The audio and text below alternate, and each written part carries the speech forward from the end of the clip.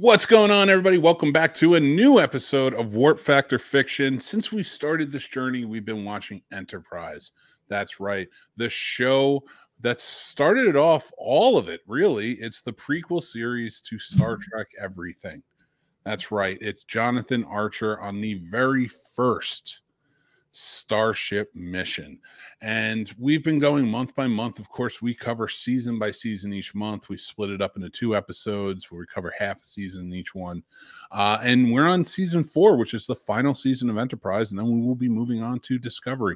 This is Warp Factor Fiction, a chronological analysis of Star Trek on screen. I'm your host, Mick Manhattan, joined as always by my partner in crime, Tommy. What's going on, Tom? I mean, nothing much. Just finished watching some Star Trek. Yeah, and we're still going because we're still watching Discovery. We're almost done with Discovery season 1, which will be out next month, and then we're going to be on to Discovery season 2, which will be out in August. You excited for it? I'm really excited for it. Yeah, me too, man. Really. But we watched all of season 4 of Enterprise. You have finished your first ever full series of Star Trek now, and it's Enterprise, and I am so excited for you to really get into it. So let's talk about it. We're out of the Xindi War, which we talked about last month on the show. Let's get into this final season, which kind of runs a little bit, really revisits a lot of things, and we're going to go episode by episode, kind of talking about what we thought of everything. As you guys know, if you've been watching this before, Tommy's got his notes, I've got my notes, and we're going to get into it. So you ready to start, buddy? Yeah, I'm ready. Is there anything about season 4 that the first half of season 4 that you really want to discuss or talk about before we get into it? No, any lasting impressions or anything? Not really. I mean, like, it was really only that everybody can get like PTSD and such, even like the most heroic people, because like Archer got PTSD from Xindi War. Yeah, that's a great point. That's a really great point, especially considering the Xindi War was such an allegory to 9/11, and this was sort of them having to deal with, you know, the effects of like going to war and having to deal with all that. So yeah, that's a great, we didn't discuss that at all. So like you having that on your own, that realization on your own, I applaud you on that. Now, how does season 4 for you, how did it compare to season 3? I did like it. I still think that Similitude from season 3 is the best episode, but it definitely had less bad episodes, I think. Okay, I like that. Well, let's get into it, shall we? So as we left season 3, the Xindi War was over. The Expanse was completely not destroyed, but it was like disbanded. Like the Expanse like disappeared. Things were now open. The spheres were being taken down. They were showing how to take them down so the Xindi could take them apart. And Enterprise was trying to get on its way home, and they found themselves stuck in an alternate past of the 1940s during World War II, where they were being attacked. Their shuttle was being attacked by fighter pilots with lasers, and the Nazis had taken over, the White House and most of the eastern seaboard of the U.S.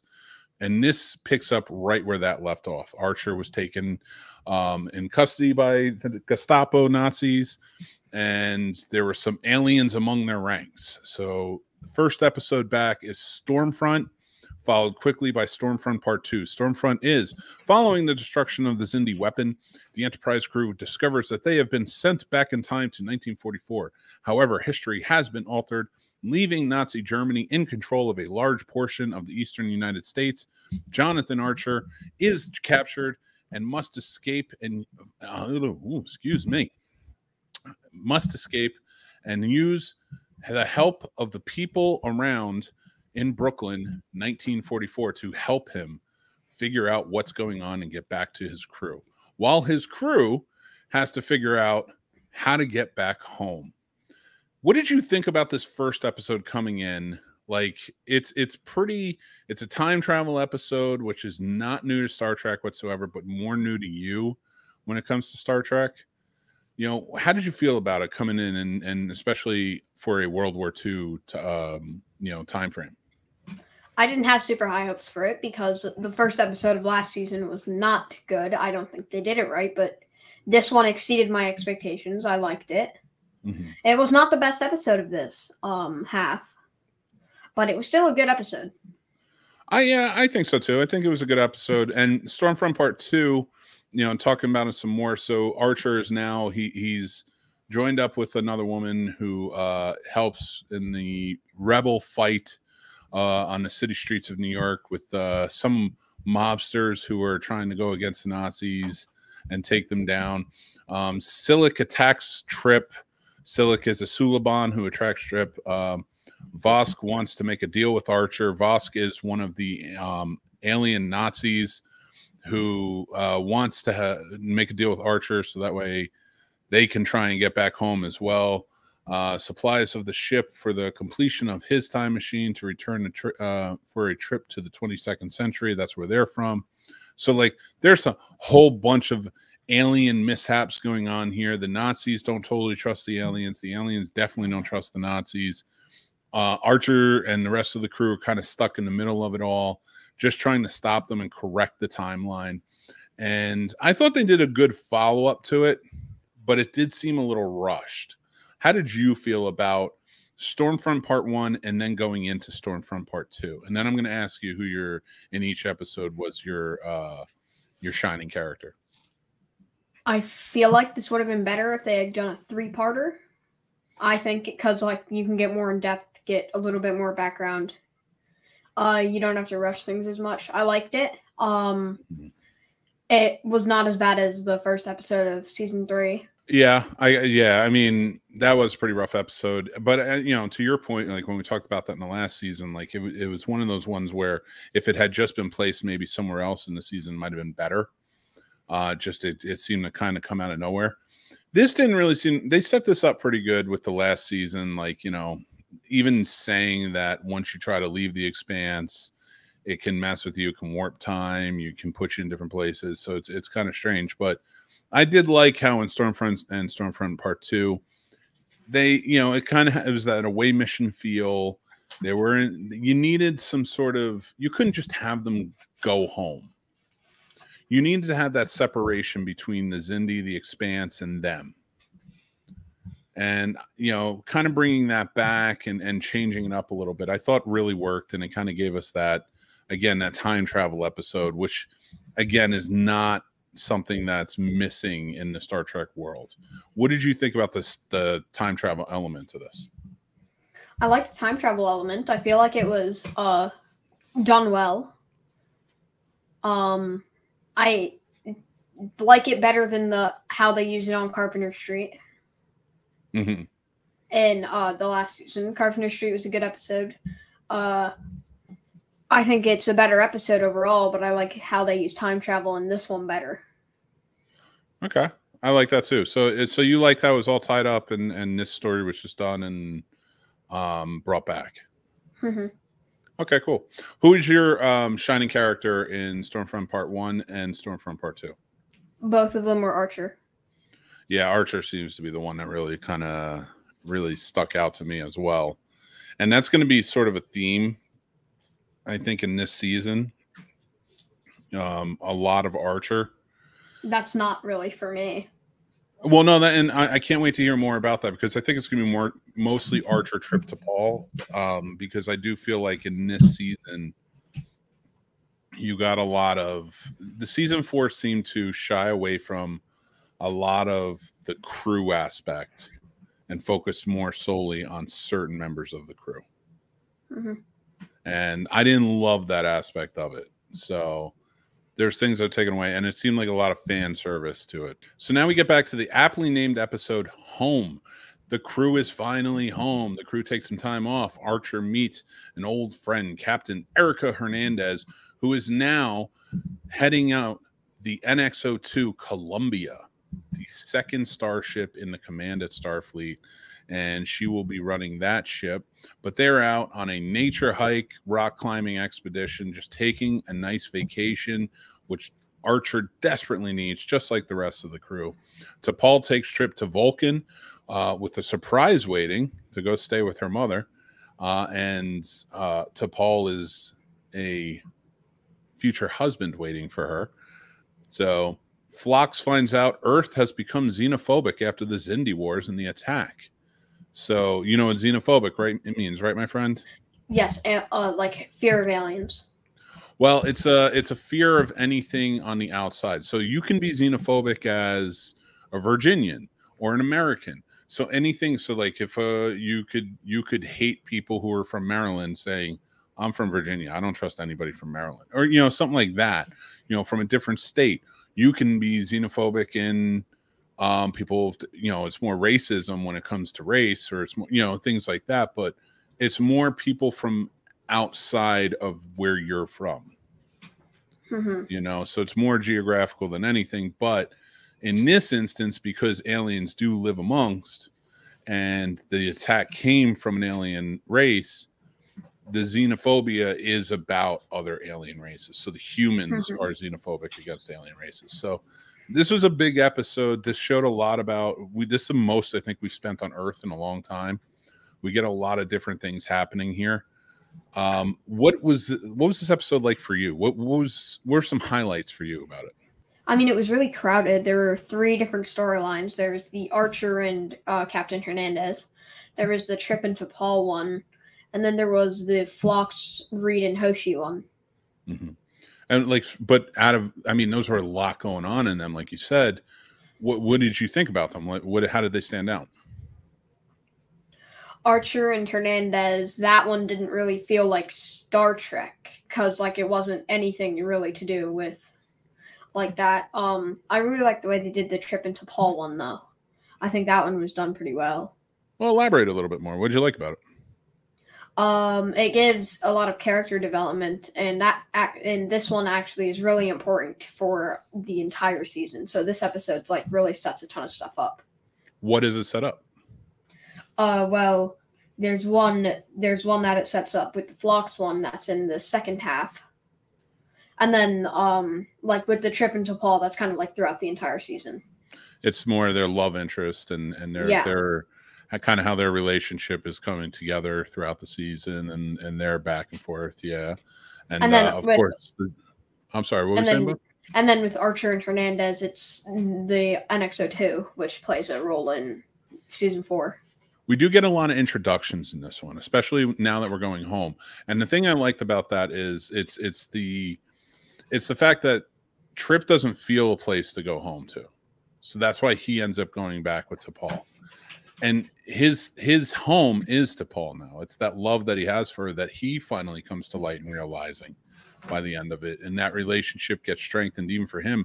Once he realizes that she's betrothed to be married. And she doesn't want to be married. He knows she loves him. He knows he loves her. The mother even knows. T'Pol's mother knows he loves her. So it seems like but it's done in such a beautiful way. It's not like soap opera-ish or very dramatic. It's done in such a way where it's very respectful. You kind of care about them. You're like, I'm rooting for these two because they do care about each other so much, and you can see that. And then when you have that other side of it of Archer dealing with all of the atrocities he's had to see, he's witnessed, all of the things he's had to do to win the war, all that PTSD, like you said, that's coming to fruition. And now it's settled. He has to deal with this. And he's talking to his peer who has no understanding because she's never been out there. And no one has any understanding on a human plane of what this is like. He feels so alone in this moment. And he doesn't know how to deal with it. I loved that part of it. And then you get to Phlox, who is this character who we have been cheering for 3 seasons. And you see and we as Star Trek fans who have been watching for years and years and years, and we realize aliens and humans, they live together. That's just what it is. That's how it is. Yeah, you have some aliens you hate, but it's not really out of hatred of who they are as much as it is like what they do, like some things like that. Like the most we've ever gotten from that is like Archer with the Vulcans and him not being able to deal with like how cold they are, and to even see that come around in such big ways. But this is a big deal for Phlox to be treated the way it was, even somebody who was fighting the war, and have Earth treat him in such a way, and he's still the one voicing the reason. This was a great episode. This might be one of my favorite episodes this season. It was. I feel like it was a little bit too crowded. I get that, but I feel like it needed to be noisy because there was so much happening, and it was their first time home in such a long time. Right, because it's been like a year, maybe even 2. Yeah. So I mean, yeah, probably more. Because if you think about it, like, yeah, they may have like popped off at home, but not really like extended stay at home. Like since they left, like this is supposed to be like a long mission. So, yeah, what did you think about this episode overall? And who's your highlight character? And what was a moral maybe you took away from it? My highlight character here was Trip. Okay. I feel like he got the most development. Mine is Phlox. Really? The fact that Phlox would not waver. Phlox stuck to who he was through all of it. But I want to hear what you have to say about Trip, because I really like that. Because like with T'Pol, she did get a new husband, but it's almost like a forced marriage. It's similar to Romeo and Juliet, but not really. Okay, so I think I don't know how much about Romeo and Juliet and I'm not saying that facetiously, I promise. But I'm not sure if you've read it or not. But so Romeo and Juliet, yes, this is more of an arranged marriage, which is something that does still exist in some cultures, even today. It doesn't exist in our culture, but it does exist in some cultures, and so in much like how they handled it on the show, where you may not understand it, it's like, but it's not meant for you to understand, because it's not your culture, but you do have to be tolerant of it, right? Mm-hmm. So, and I really like how Trip handled that in the end. He respected her enough. He respected her and her love for her culture to say, I'm going to respect what you're doing, your decision that you're making. I'm not going to fight you on this. And because I love you. So I appreciated that they did that and how that kind of played out in that aspect. And I love that you picked up on that. So now Romeo and Juliet is a little different. Like, Juliet, they were trying to set up a marriage for her. She fell in love with Romeo, who was a part of a family that her family hated. And so it was like it was a love that was never supposed to be. Everyone was against it. Both families were against it, but they were in love with each other. They were star-crossed lovers. So, that was where the drama sort of set in on that. So it was a little bit different, but I do see what you're saying. Juliet was supposed to be betrothed to another. But so what was a moral that you learned from this? So I like that you went with Trip on this one, and that's a great choice, I think, as a highlight character. I'm going with Phlox just because at the end of it, Phlox still refused to fight because he knew, I'm not going to win. I'm not going to win anyone over by fighting them, So, my key character is Trip, but the moral was taken from the Phlox one. It's that people can change. It's like people change. Yeah, I love it. That's a great, and I love that we haven't had a chance to talk about this. So like, I'm learning, you really took these morals and you went with it. So good on you, pal. All right, let's move on to the next episode. Episode 4. Now, 4, 5, and 6 are a 3-parter. They're dealing with the augments. Those are the genetically enhanced. Now, if anybody doesn't know this from Star Trek lore, the eugenics wars were about genetically enhanced humans who were basically committing genocide against regular humans because they thought, well, why should they be allowed to exist when we're the perfection that exists? We've learned this through episodes like Space Seed, where we first meet Khan, and then of course Wrath of Khan in the movie, and then they've redone it and they've touched down on the floor quite a bit. Well, in this series, this is descendants of Khan and his people and other eugenics survivors. These are the pods these are the the wombs, the pods of the augments that are still being brought together, and they have been protected and raised by Dr. Soong, Eric Soong, who is an ancestor of Dr. Soong, who created Data. Basically, what happens is a Klingon ship is attacked in the episode Borderland, season 4, episode 4. And a Klingon ship is attacked. It's discovered, and the imprisoned Dr. Soong's genetically enhanced humans are responsible. Archer takes him on the mission to stop the augments to help prevent a war between the Klingons and the augments. So, what did you think about Borderland? This really sets a lot up. You learn a lot more about Dr. Soong, his ancestry, especially dealing with the genetics, the genetically enhanced, the augments. Before he even gets into dealing with any type of androids or anything like that. And for you, like you see the augments really in action here. Mm-hmm. What was that like for you in this first episode? I mean, it doesn't see it with the augments. It seems more like super villains than like a Star Trek character. To me, the augments don't seem like really like Star Trek characters because they're supposed to be human. So, in like they're similar to humans. So, like they're all built up to be. And then they have superpowers. So, they're like metahumans. Yeah, and that's the thing about augments. The genetically enhanced is like they don't just have like super strength. They've got the speed. They've got the thinking. So, like they are enhanced in every way, so to try and outthink them or try and so like it was a lot. And when we get to the original series and you see the episode Space Seed, where because I know we've watched Wrath of Khan together, so you've been introduced to that aspect of it,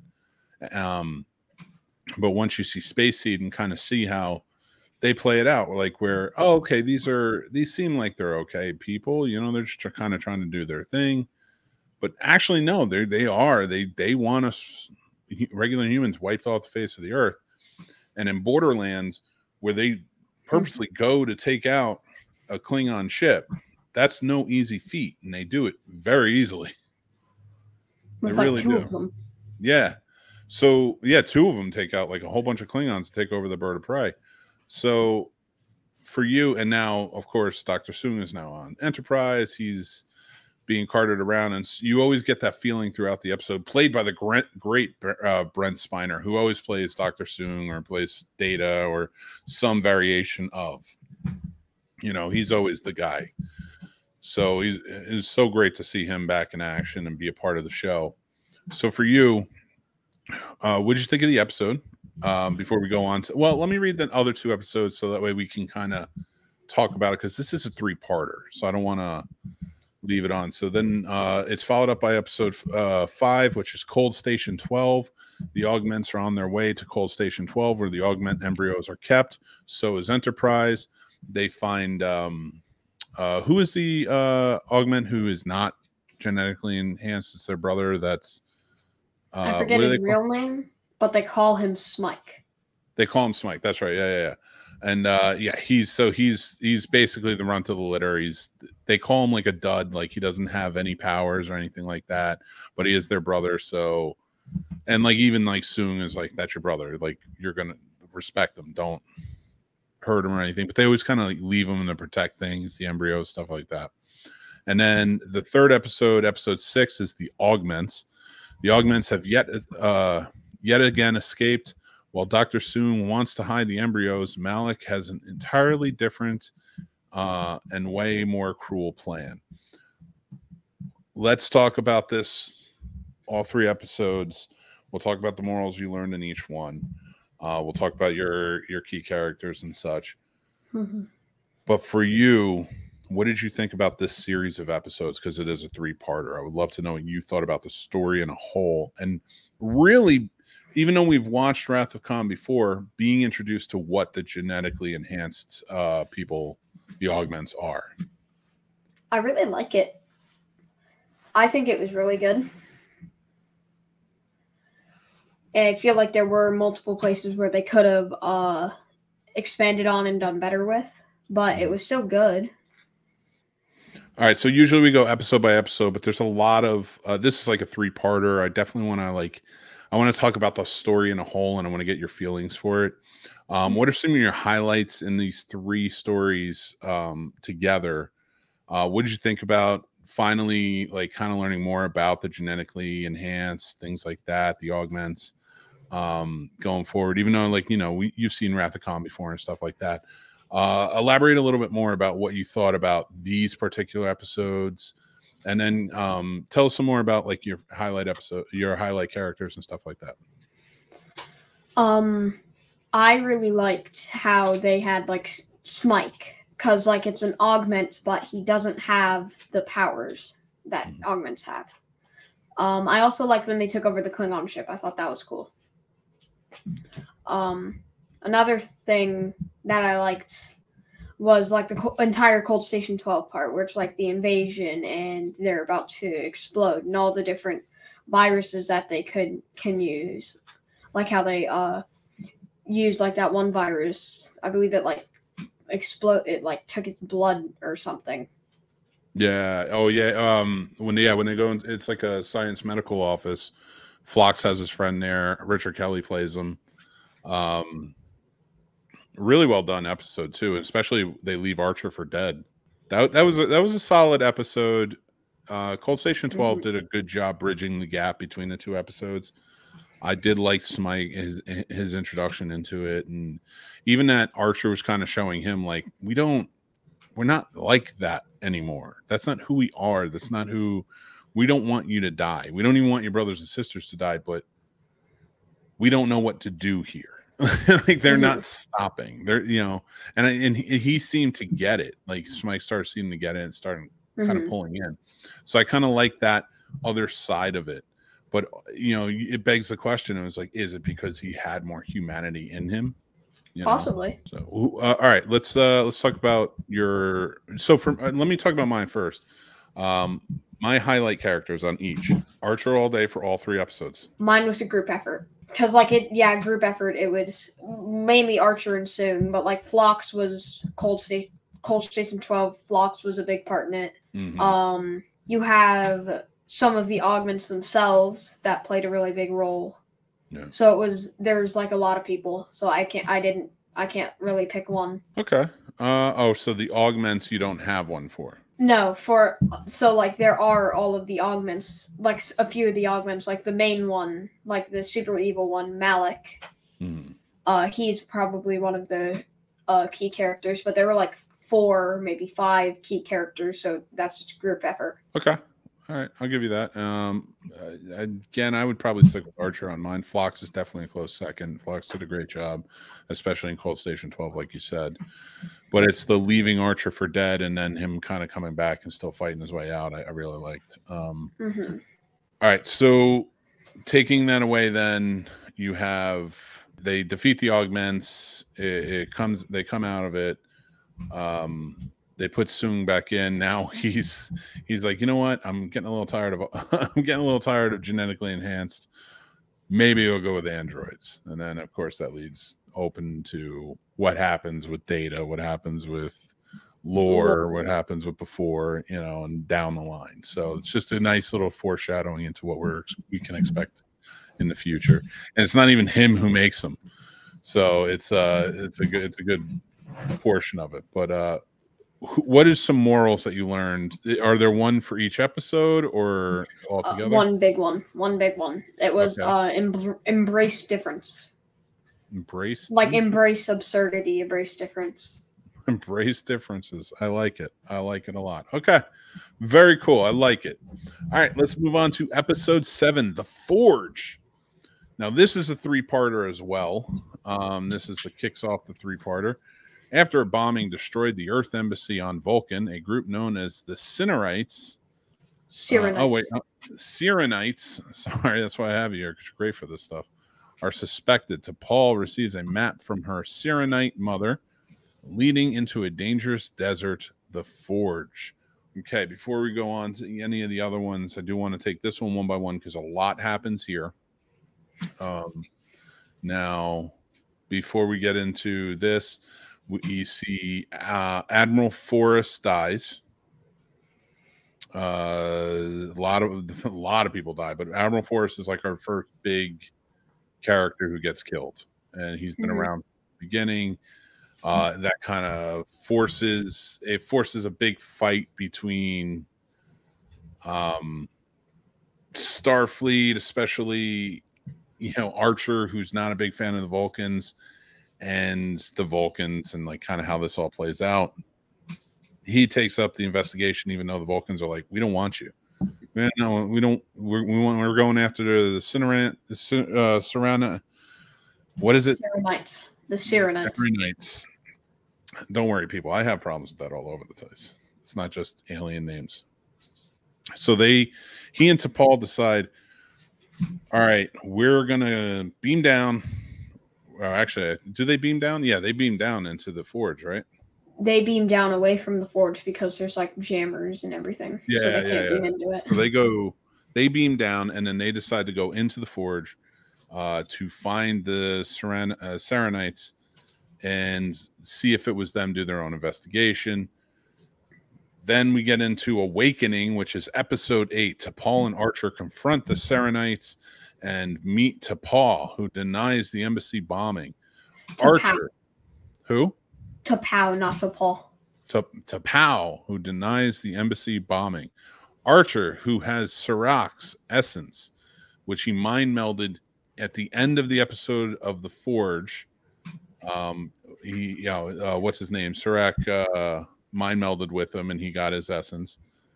Is asked to help. Velas threatens Enterprise to make sure an attack on the Serenites isn't witnessed. And then you have the third episode, which is episode 9, Kir'Shara. While Enterprise travels to Andoria to warn them of the attack, Archer tries to bring Kir'Shara to the High Command. So basically, let me wrap this up for you guys story-wise. What's going on here? A faction of the High Council of Vulcan have planned this bombing of the Starfleet embassy on Vulcan, so that way they could blame the Andorians and reignite a war with them, because they don't want that peace. They don't want that treaty that they've been working on and Archer's been pushing. That a lot of other Vulcans were really happy that was coming about. So they bombed this Starfleet embassy, and they are going to blame the Cyrenites, who they say are a terrorist organization, whereas they are just more of a religious organization who kind of stick with it, and that's how they deal with things, and that's their sect. As Archer and T'Pol kind of go through the Forge and they deal with all this, of course, Archer gets Sirach's essence through a mind meld. He has to bring the Kir'Shara, which has all of the answer of the Serenites, to show them that it wasn't them who did it. So now it becomes a race against time. The Andorians team up with Starfleet Enterprise against the Vulcans. There's Vulcans helping along the way, and they have to expose the High Council for what they are. That's what these 3 episodes, the essence basically is. It is a very intense 3 episodes, because we get more in depth about who the Vulcans are and a lot of problems that we had with Vulcan very early on. For you coming in, now you've seen who the Vulcans are in terms of many different ways, between Spock in the past, and between now you're kind of watching Discovery and seeing who they are in the future a little bit.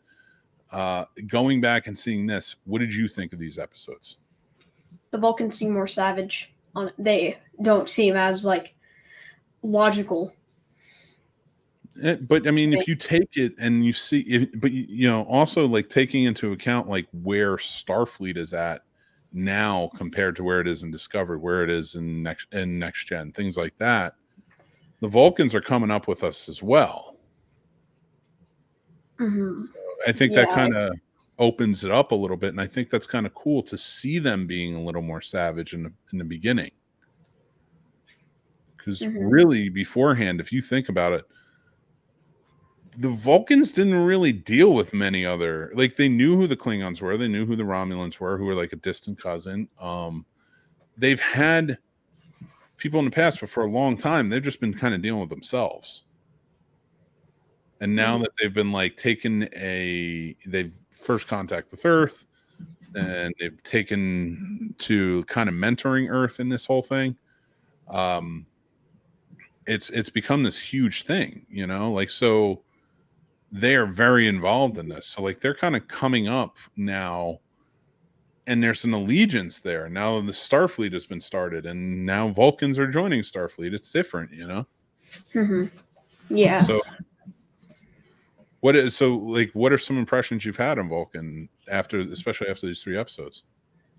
I mean, now I feel like those 3 episodes did have a huge impact on Vulcan, like, as a whole, because later in the next 3-parter, which is the next time, you do see that, like, the Vulcans are they do have a government, but it's like a Cyrenite government with T'Pau as the main leader. All right, we have so now you have these now. They figure out the bombing. The whole thing goes through. What are some takeaways you had from these episodes after? How did you feel about the Vulcans after this, and kind of like their place within, you know, the Federation doesn't exist yet, but they are founding members, you know? I didn't trust them for the rest of the season. Not even the Vulcans who were trying to help? I mean, like, not really, no, because, like, if Vulcans did that, like, part of a certain government in the country attacked, let's say you had a country, they attacked you, part of a government did, would you trust another part of that government that was in the government? Fair. No, I mean, I can see your point. I will say this, it is kind of cool, just so everybody knows, Talak in these episodes, which is a Vulcan that is hunting down Archer and T'Pol in the Forge, is played by Todd Stashwick, who goes on in Picard season 3 to play Captain Liam Shaw. So that was very cool. All right, so let's move on to the next episode. Episode 10. Ooh, rounding out. Oh, wait. Who's your highlight characters for all 3 episodes? T'Pol. T'Pol for all 3, huh? Who else would it be? I don't know who you would. Archer? I mean, yeah, it could have been Archer. But I would say Archer for the Forge for me, T'Pol for Awakening, and probably T'Pol for Kirshar. I just, like, it deals more with Vulcan, so I feel like T'Pol. Although Trip was good in Kirshara, dealing with the Andorians, standing up against Vulcan and saying, nope, we're not going anywhere. You're going to have to fire on us. But I don't think he was in it enough for him to be the most shining character. No, that's fair. So, right. I like your for pick. Trip, I think it was more like a nice, short and sweet moment for him. Okay, cool. It was a good shining moment, though. I will give him that. Okay. What is some morals you've learned, whether it be one for all 3 or one in each? My moral is government is corrupted. Government is corrupted. It's a hell of a moral at 11 to learn. Okay, let's round out these last 2 episodes. In this episode, Daedalus, Dr. Emery Erickson comes aboard to supposedly conduct tests on the sub-quantum transportation, the man who created the transporter. However, he seems to have a different agenda. Every time Trip wants to help him or learn from him, he seems to be avoiding him. Every time Archer, who is friends with his family, seems to want to learn more about what's going on, they seem to be avoiding him, he and his daughter. It is furthermore found out that years before, Emery's son was disappeared in a freak transporter accident, and he is actually leading the Enterprise to the spot where his son was had disappeared, because he thinks with the right frequency and the right the right fix, he can bring his son back to life. This was a pretty heavy episode. It wasn't one of my favorites in the season, but I didn't dislike it. It was a different one, especially considering we just got 2 3-parters right in a row. Yeah, so I like that it's we get 2 single-parters and then another 3-parter, then a 2-parter. So yeah, they're really heavy on these multi-parters. They really are. This season was big for that, but I am glad that we're finishing out this episode of Warp Factor Fiction on 2 episodes that were not like connected, Mm-hmm. They gave us 2 one-offs. Yeah, I like the idea of like the transporter and like the freak accident, but I do feel like that happens. That's like a common thing where it's like old genius inventor wanting to get back a family member after a freak accident. It's quite possible when it comes to Star Trek, yeah, especially in the transporter world. No, I don't mean like Star Trek. I mean like movies and such in general. Like that's kind of like something that you see, not like a lot, but like it's not like super rare. It's a trope. It definitely is. It definitely fits in that. And a trope is sort of it's a cliche thing that kind of happens a lot in TV or like movies. Generic. No, generic's a little bit different. I would stick more with cliche as the right word for it. It's something, but like a trope is something. It's a device used in storytelling, especially in this instant, like TV and movies, where if you see a certain type of show or a certain type of movie, you can almost count on this trope existing. So like on a procedural like this, where this is more of a science fiction, but it's an exploratory, it's something like that, you're going to have this type of episode, because it's almost like this trope is almost like the sins of the father. So an older character trying to atone or trying to make up for something that he did that nobody knows about, and he's trying to do it secretly. That does happen quite a bit. You're right. What'd you think about this episode, and what are some of your takeaways? I like this episode. It's one of my favorites. It's not my favorite, but I say it's top 10 season, but top 5 here in this half. Some of my takeaways from it were like, not everybody's perfect, so everybody makes mistakes and things that they shouldn't do. But the moral that I took from this was it's always better to tell the truth than tell a lie. That's a hell of a moral. It's a good one. I like that a lot.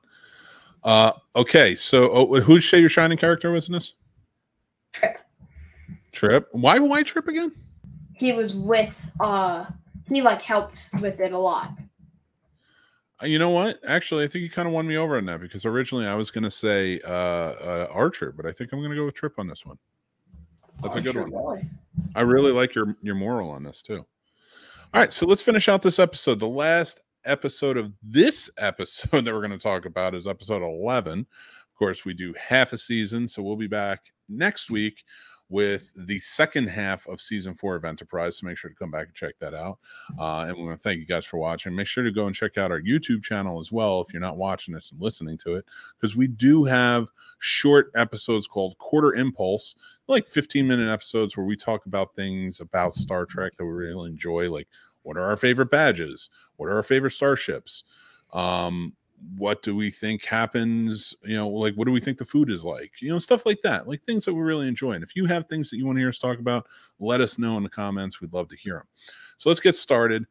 Observer Effect, season 4, episode 11. Non-corporeal aliens inhabit the bodies of Enterprise crew members to study how the crew reacts to a lethal virus infection that has afflicted Trip and Hoshi. Now, it isn't just Trip and Hoshi that get affected in this. Everybody sort of does at one point or another. It's a good episode. It's not a great. It's a very contained episode. I didn't love it. I really like this episode. Really? Tell me what you like about it. I liked how it's like aliens that like aren't physical, and like it's like them. It's almost like how we imagine aliens are today. Like they're watching us, wondering if we're ready to make first contact. So it's almost like real life. I think this is more realistic, but like in the future, how it's going to look. Yeah, and these aliens for like they're like their only thing too is like for 10,000 years they infect, or they don't infect, they haven't been infecting, but like when crews get infected or other species or something, they will take over and watch how it affects. Their whole thing is observing how these viruses affect different species and if they can think their way out of it or not. Right. In this instance, they sort of get involved. So it was definitely an interesting one. This is one for me that just didn't land too much. Like, I don't mind the ghost episodes. Those are, like they call them the orb episodes, or like the ball of light episodes sometimes, like where it's somebody's going to get possessed by something that's floating around, and we've seen them before. They're no stranger to Star Trek at all. I mean, it's sort of a thing that has to exist. It's a trope that literally exists in the Star Trek world. I'm glad you liked it though. Who was the highlight character for you in this episode? It was a group, I think, for me. There was also a mistake. What was the mistake? That I noticed. So the reason that they couldn't find a cure for it, the Enterprise couldn't, was because it was a silicon virus, right?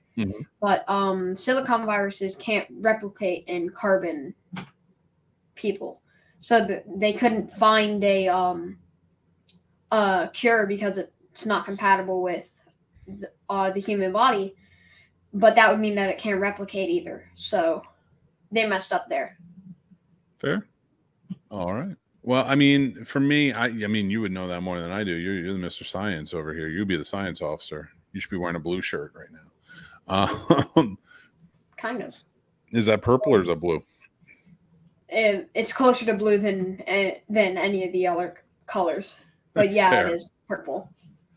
But I will say, overall, this season for me, this half season that we're covering, it just seems a little disjointed. It seems like we got, I didn't love season 3. I really liked season 2 is my favorite. And I really liked when it seems like there's a direction. It just doesn't seem in this first half of the fourth season that there was much of a direction, especially coming off of the Xindi War. Now, I didn't love season 3 of the Xindi War where they went with it, because mostly because it went into a war type of zone where it was like, okay, we're going to fight. And I'm not against that, because when we get to DS9, I do like the Dominion War stuff. But that's set up over time. It isn't like, all right, we're just a war show now. You know what I mean? Right. This is tensions have been boiling over through the Cardassians, through so many people, to so many species for so long, that on DS9 it just all sort of comes to a head and everything sort of plays out. And we didn't even get the full effect of it until Picard season 3 that just came out. So you know what I mean? So like it right. took, so like that was Star Trek being set up perfectly. So yeah, we got the war, but it's but it's mostly battles that I'm cool with. Like when you start spanning out into these big wars, it becomes this huge thing. So I didn't love that aspect of the third season, but the thing I did like about the third season is it had a through line. The whole season was building to something. These first 11 episodes, I don't feel like that's happening. No. In fact, most. Oh, sorry. Go ahead. The most would be season 3 with the Phlox part, because that plays a role in 15 through 16, that 2-parter. Which is funny to me, because that small bit is what plays a big part later. Or even the T'Pol and the Trip stuff plays a big part later. But you would think that the augments or what happened with Vulcan plays a big part. Right. But it didn't. And those each had 3 episodes to tell their stories. So like that's why it felt so disjointed to me. And then the one-off episodes felt like the stronger ones. You know, you said group effort for this. What was the moral of that you took from Observer Effect? Rules are not always right because like they broke the rules in like making contact. So like rules are not always right is what I took. Sometimes rules are meant to be broken, huh? Yeah. All right. I like that too. So let's talk about overall this first half of the seasons episodes 1 through 11. Who's your highlight character throughout this season, this first half of the season? That's tough. For me, it's Trip. Wow. Okay. All right. I like that. I would probably say for me overall, it's probably Archer. Trip is a good pick. I really like that. And what is something like a life lesson or something you learned from this first half of the season? It's like a lot of people are different because where it's like with the first one, it's showing like it's about war, which is like people fighting over differences, and then the third one is people changing, like becoming different because of like Archer with the PTSD, xenophobia going around. 4 to 6 is the augments because like they're different. 7 to 9 is different factions of Vulcan, and then 11 shows that not all aliens are like physical. Some of them are so far advanced that they like just don't have a form anymore. One thing I really liked about this is this first half of the season, as disjointed as it looks, the theme here seems to be that our past can come back to haunt us, if that makes sense. Yeah. Because we get World War II haunting us in the first 2 episodes. Then, T'Pol having to deal with her mother. The Xindi War haunting Archer. Then we have the augments coming back, these genetically enhanced coming back with Dr. Soong. Of course, then you have the Vulcan High Council trying to take out the Sirenites, which is, it's all about the past, like kind of coming back to us. Daedalus is a big one for that. So like there's a theme here. But I also think it's also paying homage a lot to the past and what it was. And like, because a lot of these themes we've seen from past shows in Star Trek. There's a lot of fan service. What's your favorite episode of this half of the season? 11. I really liked it. Okay. Cool. Mine would be 3. It would be Home. Really? Yeah, I think it was a different type of episode. It was nice to see them at home for once. Something a little different, and yeah, I kind of dug it. Another thing I liked about the 11 is it was also kind of like a different type of episode. I think because we're watching as a, how do I explain this? Oh, so like as a series, we're watching the characters, but then in this one, it's. We aren't watching them. We're watching someone else watch them. So it's like they're being watched and we're watching the watchers instead. Oh, I see what you're saying. Okay. Well, yeah, sort of. We'll get there though. Let's get there in because I think that comes up in the last episode, doesn't it? Yeah. I don't want to start giving that away then. All right, guys. So that was the first half. This is episodes. What are we on now? 1, 2, 3, 4, 5, 6, 7. That's episode 7 of Warp Factor Fiction. Episode 7, guys. You made it this far. Keep going. Next week, of course, we'll be doing the second half of Enterprise Season 4. Then when we're done with Enterprise, we're moving on to Discovery Season 1, and then Discovery Season 2, then Strange New Worlds Seasons 1 and 2. So hopefully you guys are joining in. Hopefully you guys are enjoying them. We're having a lot of fun doing this, discovering a lot of things, talking about them. So stay tuned. Go make sure if you're listening to this, rate and review us. We really, truly appreciate it. It helps us go a long way. Follow us if you can follow us on Spotify or iTunes or wherever you are. We really appreciate it. Head over to the Scene Snobs YouTube channel. Make sure you hit subscribe, hit that notification bell, because we have Quarter Impulse there, which are companion series to this. Of course, we have tons of other great shows as well, like 5 Takeaways, Did I Fix This Movie, the Scene Snobs podcast, and tons more. And we have great stuff coming out every day. This summer, we'll be doing Snobs movie summer school, so make sure you go check that out.